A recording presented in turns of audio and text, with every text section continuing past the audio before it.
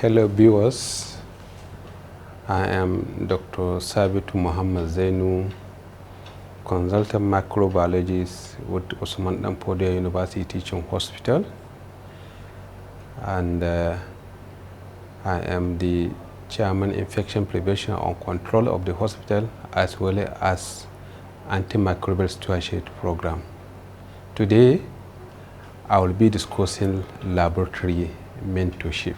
In this discussion, I will follow these outlines: basis of laboratory mentorship, facilitated laboratory mentorship, example of laboratory mentorship, as well as online mentorship. I will start by a popular saying of Beverly K., who said that he's a scientist who said that behind every successful person, there is one elementary truth. Somewhere, somehow, someone cared about their growth and development. This person was their mentor. In life, we know that you always aspire to be like somebody. And that somebody, maybe he is doing something that is really striking on you and you want to be like him. That person is your mentor. Mentors share experiences and advice in a variety of areas. Such areas are career advancement, guidance on resource, as well as promotion. They also help in professional practice skills. They also grant mentorship, that's what we call mentorship inside, as far as scientific oversight is concerned. Population scientific writing skills, teaching skills, curriculum development. They also help in enhancing professional visibility, that is network, in which whereby they engage you or they advise you on how to be in a network of progressing organization. They also have a role in overcoming barriers to success as well as time management. They also mention a career with personal life. They tell you their personal skill, their personal experience, and how they have gone about it, and that can also help you to advance in your practice. Now, what are the characteristics of good mentor? A good mentor should be approachable and welcoming. A mentor should always be friendly, as well as, you can easily talk to your challenges and he can advise you accordingly. A good mentor as well shares information and experiences openly. In fact, all mentors, as far as they want you to learn what they know, or they want you to really be like them, they will share all their experiences with you so that you can as well be guided on how to go about it. Mentors have good communication skills. That is, they are good listeners. They also know how to put you in a way that you understand what the subject of discussion is all about. They are as well as trustworthy. They tell you the truth about it so that you can accept the reality and go the way forward. They provide accurate and appropriate feedback. You ask questions to your mentor because they are welcoming and they are approachable, and they give you a honest answer in a way that will be guidance to you. Because they are mentors, generally they have technical expertise. This technical expertise is what actually makes them a mentor as far as laboratory is concerned. They have hands-on training, they have experience, they have interpretative skills of all the laboratory procedure, and this technical skill is what they usually transfer to you. They are motivating, encouraging, positive, and empowering. They motivate you to do what you're supposed to do. They encourage you to try whatever you want to try. They also guide you on how you can empower yourself. They also allocate appropriate time to mentoring. A mentor, like this period of mobile phone communication, internet communication, WhatsApp communication, a good mentor keeps you in touch. He always encourages you to communicate to him at any time, by all whatever medium you feel you can, and they also give you feedback. They also have an effective intermediary mechanism. For example, if you are facing a challenge, and a good mentor can serve as a media, as an intermediary between you and your problems or a challenges or a practice or even a technical skill that you want to acquire. Now, what are the characteristics of a good mentee? Because now it's not only rely on mentor. A mentee that want to learn something from his mentor need to have some quality. This quality will make him really acquire the technical skills, the experience, as well as the information he's receiving from his mentor. So these are the quality of a good mentee. A good mentee should ask questions, should not keep silent. There's something that you didn't understand, you keep silent. You are not acting as a good mentee. A good mentee should always ask questions so that he can be properly guided. Should have the willingness to be mentored, because you agree that this person who is your mentor have more idea, have more knowledge, have more technical skill than you. So you definitely need to be ready to be mentored by him so that he can properly guide you. A good mentor should also strive to give his or her best at all times. Should be punctual, should be regular, should have the basic knowledge that can be consolidated by his mentor so that he can as well be like the mentor himself. He should also be able to accept criticism graciously. You know, sometimes we have both positive and negative criticism. So a good mentee should be able to understand that it's within the norm to be criticized, as well as criticized positively or negatively, so that you can improve your practice. And a good mentee should also learn from mistakes.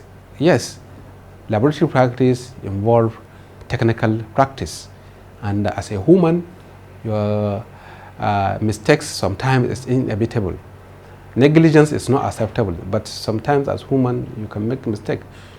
From your previous mistake, you are corrected by a mentor, so you should be able to learn from those mistakes and corrections. A good mentee should have a courage to try new things. You know, there are so many things. Knowledge is vast, knowledge is increasing. There are so many new things that are coming. A mentee should as well try as much as possible learn this new thing and practice them.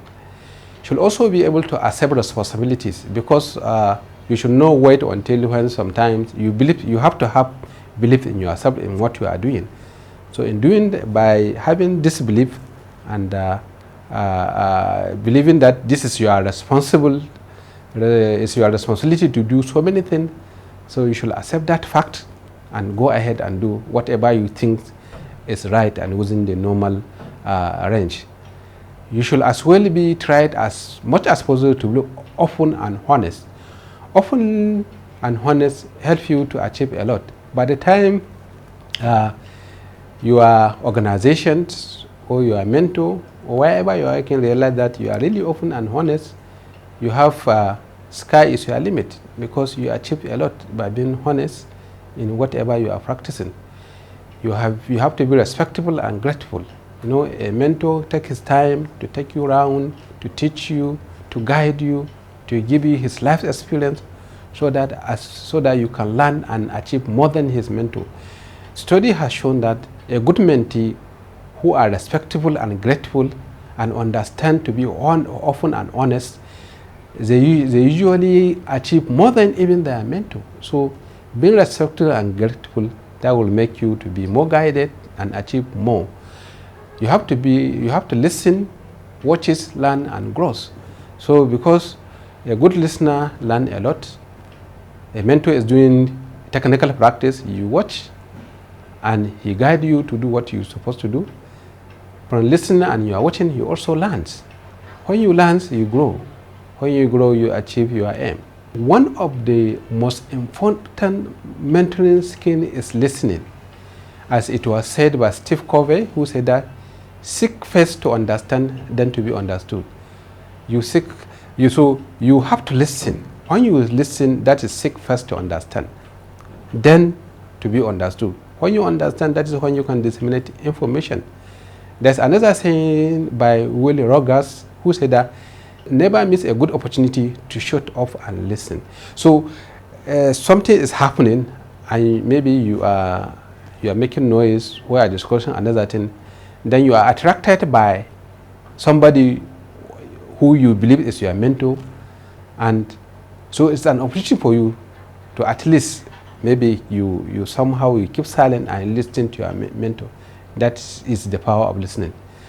So now the issue of empathy characteristic, one of the most important skills you will ever acquire is empathy. You put yourself mentor as you are the one who is mentee. So when you have that empathy, it is encouraged listening so intensely, identifying so closely that you experience the other person's situation through his thought and emotion. So when you have put yourself as the challenges that person is having as your mentee, that can help you to really build that person more so that he can have the skill you already have and technical loyalty. As a mentor, you also have the responsibility of building trust. Building trust, you have to have a policy, that is by following policy and guidelines. Policy and guidelines, they are the key to progress as part of laboratory mentorship and technicality is concerned. And you have to make expectation clear to your mentee. This is what we are doing, and this is what we are, the outcome we are expecting. This outcome, this is how we can interpret it and how we can go about it. You also need to provide feedback that is useful. So sometimes negative feedback is also useful because you are doing something that is not good, and I tell you, this is not good. This is the way you're supposed to do it. This is also a useful feedback. And you have to maintain a positive tone. You know, sometimes the way people talk, don't talk angrily, you know, don't talk, you know, like you are in a fight between you and your mentee. You have to, the tone of, don't raise so much of your voice, you know. That's where you talk to somebody so that your heart and his heart are together, and it will lead to common understanding and engagement. You have to demonstrate concern for the mentee, because sometimes, you know, we all have our emotional problem, our concern, our challenges. So you have to demonstrate to the mentee that this is within norm. And we also know the learning capacity of different individuals are different. Some people are fast learners, some take time.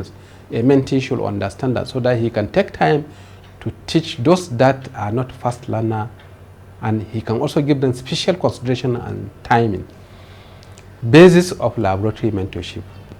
So the basic principle, identification of challenges and best practices for implementation of quality management system in the clinical laboratory lab. So in laboratory practice, the main aim, the main reason why we encourage having mentorship is to ensure that the laboratory are having good quality management system. And to have good quality management system has the following aim: alignment with national regulation and public health reference laboratory. Nigeria in this context has its own national regulation as far as laboratory practice is concerned. We also have reference laboratories whereby we seek guidance.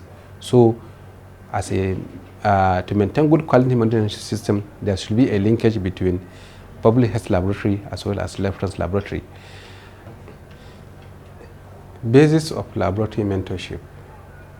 Laboratory mentorship have basic principle, that is identification of challenges and best practices for implementation of quality management system in the clinical bacteriology laboratory. Our target here is how can we establish an acceptable quality management system according to the guidelines in our clinical laboratory. The aim of this quality management system mentorship is to have alignment with national regulation and public health reference laboratories, so that you can have a guidelines that cut across all the places, so that we can have the best practice. Participation in external quality assurance program. A good laboratory should have a good external quality assurance program participation, so that you can know that what we are doing is also in consonant with the norms and standards. We also need to be conducted error review and daily bench side supervision. That is one of the role of mentorship, so that at any time you troubleshoot your practice, technical machines, technical skill, so that you can have a better quality result. Search for locally adapted solutions, because sometimes each laboratory has its own peculiarity, as well as resources in relation to manpower, as well as machines, so that you have to have a locally solution to all your problems following the standard guidelines. Implementation of attaining project for stimulating ownership and extending existing training program to the respective settings. So in clinical laboratory, clinical bacteriological laboratory, you need to have a sense of ownership, because sometimes some people believe that this is a public lab or is owned by government. No, it's not like that. You need to have a feeling that this laboratory is a public property which is I'm managing, so it's my own property, and I have to do whatever is possible to ensure that quality is maintained and I serve the patient better. Objectives of laboratory mentorship. The main objective is to improve quality processes within the laboratory by training and supervise procedure by mentor. Usually, almost always, there's a laboratory procedures that is being conducted in clinical laboratory, cut across all the benches, all sample specimen. So there should be a quality processing practice, which is usually guided by a mentor. Forcible foci in teaching. A mentor should help the lab team in interpretation of unusual and rare resistance, including commenting, discussing this result with the respected clinician. So as a clinical bacteriology, you need to ensure that you give accurate result to the clinician and guide treatment, especially using antibiotics. So if you detect any resistance, you have to tell the clinician that the antibiotic given to this patient is resistant, so you change to sensitive antibiotics. Works towards and achieve quality accreditation. Accreditation is assessment that give the laboratory to do some laboratory procedure. So as a mentor, you need to guide the laboratory on how to achieve such accreditation, apply for accreditation, guide them on what to put in place and how to practice it, including development of all the guidelines necessary, so that this accreditation can be achieved, and this gives the laboratory more power to do so many standard tests and acceptable by any other laboratory. A mentor should assist the lab in development of SOPs for interpretation of antimicrobial resistance testing, including result comment for rare and unusual findings. So there should be standard operating procedures for antimicrobial resistance testing and interpretation, as well as communication of this finding to the managing clinician. There should be development of an SOP for a communication, that is consulting, guideline of urgent result for clinician, identification specialists, pharmacists, and infection prevention and control. So because the ideal thing, when you isolate something unusual, or you see a resistant organism, or you see an organism of that require reporting, there should be an established communication channels to the clinician, to infectious disease specialists, pharmacists, as well as infection prevention control, so that necessary action should be taken. There should be an enhanced usefulness of aggregate data dashboards. There should be a kind of system whereby all data are collected, especially now using electronic medical record. You can easily access data and take necessary measure. Now, core of laboratory mentorship should observe how things are being done and what are the differences. Sometimes a mentor should just sit down at the side of the lab and observe what the laboratory personnel are doing. By observing, he will see whether they are doing the right thing or not. And then he advises and intervene accordingly. And you discuss what you see based on your observation to the laboratory staff as well as the laboratory manager. You also have to ask questions and also listen. You ask your mentee, the laboratory staff, questions, and then if they are also answering your question, you have to listen and guide them accordingly. You also integrate into your practice and adopt to your setting if necessary, because there are so many things that are not in the book, but based on experience, you observe that this is the best way we do things. So you adapt to those changes as well as you make such changes as necessary as possible. You share your knowledge and standardize the procedure together with your colleagues. A mentee can have so many mentors at a time. So in this case, knowledge sharing, standardization of procedure is quite important to your subordinates, because they are now your mentee, so that they can also be like you. It is crucial that mentors and mentee do not feel ashamed to ask questions, and also to say if they do not know, it is absolutely fine to look things up and learn together. Confidentiality is key. What we are trying to say here, there should be a friendship interaction between mentee and mentor. You ask questions, then if you don't know the answer, if mentor doesn't know the answer and mentee doesn't have the solution, you can look through literature or you can engage other people to guide you. Now, facilitated laboratory mentorship. Question to ask as a mentor: who is going to mentor? Who are you going to mentor? Who? At local professional from similar laboratory, national professional from reference laboratory, international professional within experts in laboratory management system setting. So locally, at laboratory level, who is a mentor at this level? In your laboratory, definitely there must be somebody that you believe is doing things the way it is. So you look at that person as your mentor, and he's also look at the other laboratory staff as his mentee.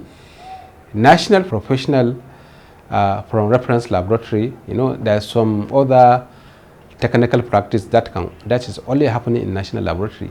So they serve as mentors to other laboratory that are not doing similar things. As well as internationally, whereby professional body come together and share expertise and knowledge, and they also serve as mentor to each other. What will I expect from mentor technically and personally?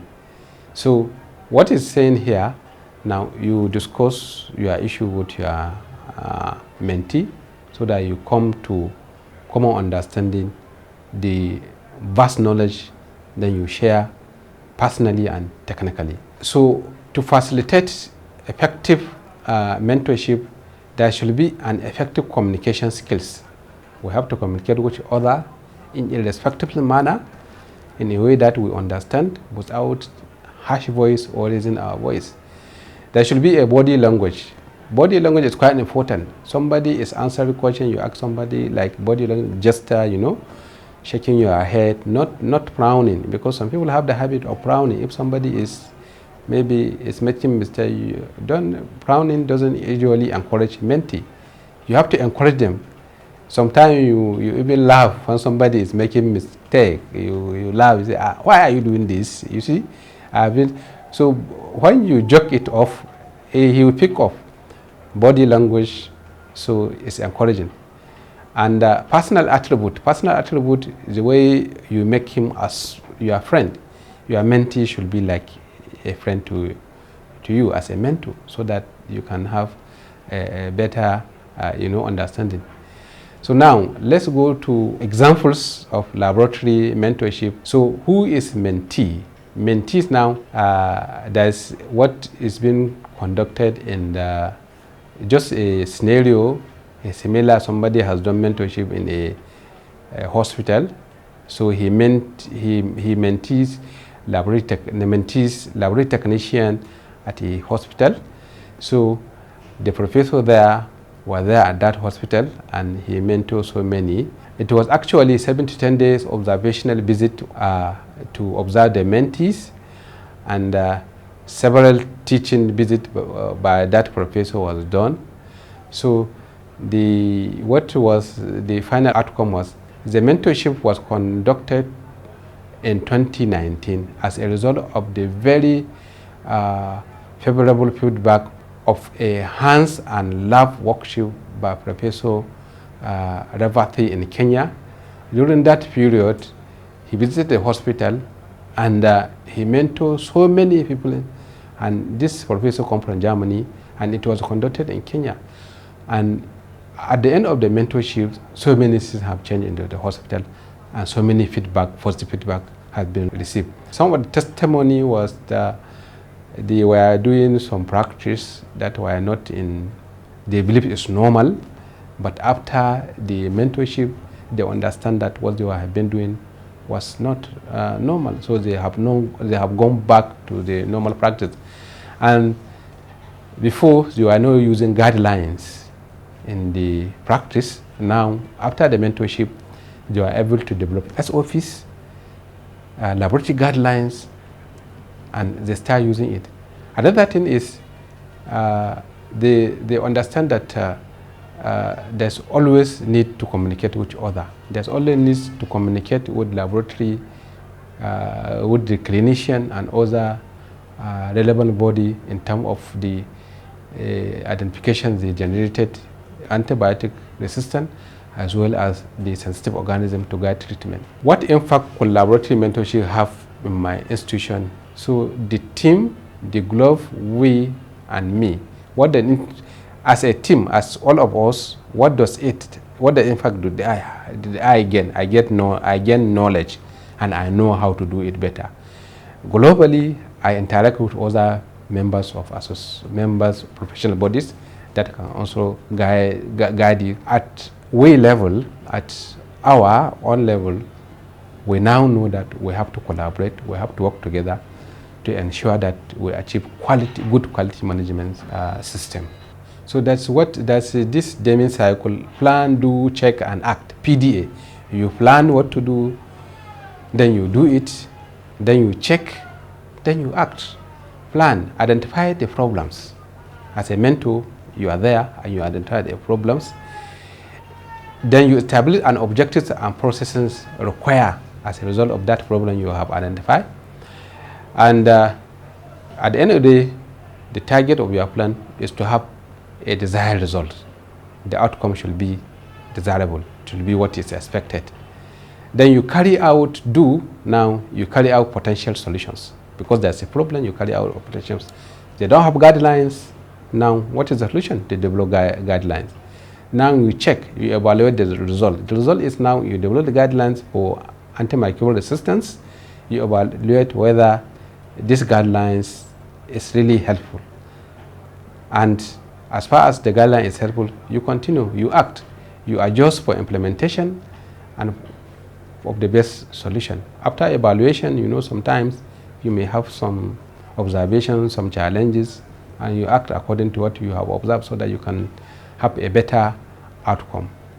So active finding of locally adapted solutions. As a mentor, you are there, you have seen so many things, you observe so many things based on the resources, based on the personnel, based on the space constraint. So there's need to adopt to local solution. So how do you do it? In designing local solution, the cost, technicality, feasibility, and acceptability are key factors. For example, printed request form may guide the prescriber towards harmonized indication and relevant requests, because you understand that there's no request form in the lab. that is guiding prescriber. So if you print it locally, because maybe sometimes use of a computer is now an issue, standardized abbreviation may be agreed often and recorded, because people should not have the monopoly of abbreviating anything. We need to have standardized abbreviation. These are examples of the local solutions that you can provide. Risks to samples mismatch and misleading of subculture can be mitigated by arranging the physical space and workflow at the bench and sticking to the one-by-one rule used at specimen transfer and distribution. Because sometimes, you know, because of lack of proper labeling, lack of proper arrangement, lack of, you know, technical skill, we may have mismatch of sample or result. So a solution or a ground rule or a guidelines need to be there locally that can solve this problem. Sometimes you can even use a coded mark. Ongoing interaction with lab site and external teams who are important as stakeholders for the lab. So the important stakeholder that you always engage: laboratory technician, site microbiologists, medical microbiologists. So in this laboratory mentorship we are doing, we are keeping in touch with Robert Koch Institute and NCDC staff.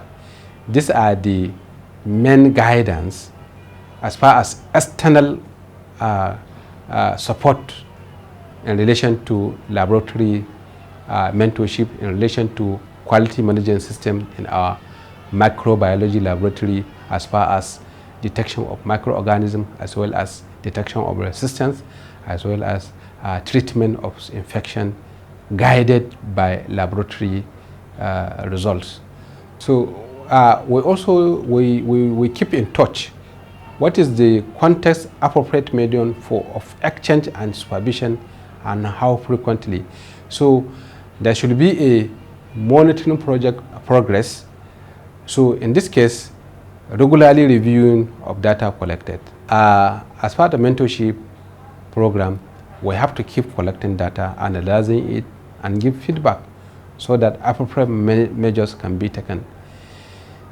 There's also going to be periodic audit visit, ensuring correct implementation of project methodology, active case finding, blood taking for culture, sample processing in the laboratory, including diagnostic testing, sample storage and shipment, and to also provide feedback of laboratory results and collection of clinical and laboratory data. So there should be an audit that can audit all this system.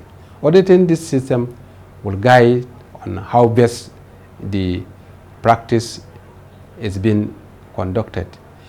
There should also be we should be conducting external quality assurance.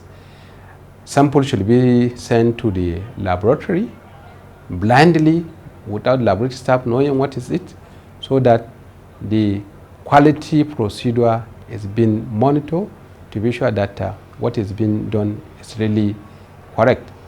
This process is to ensure correct procedure are followed for proficiency testing.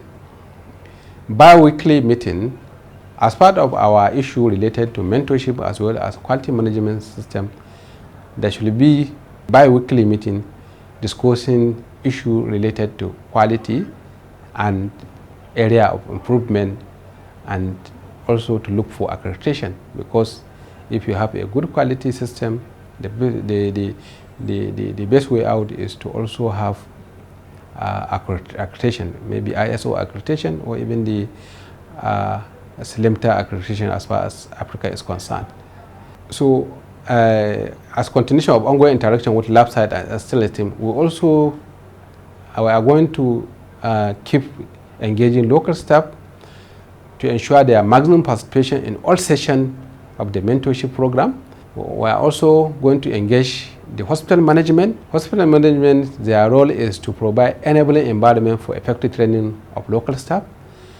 They are also to provide opportunities for staff across all professions to be trained or retrained on the importance of microbiological diagnosis in decision making towards quality healthcare delivery.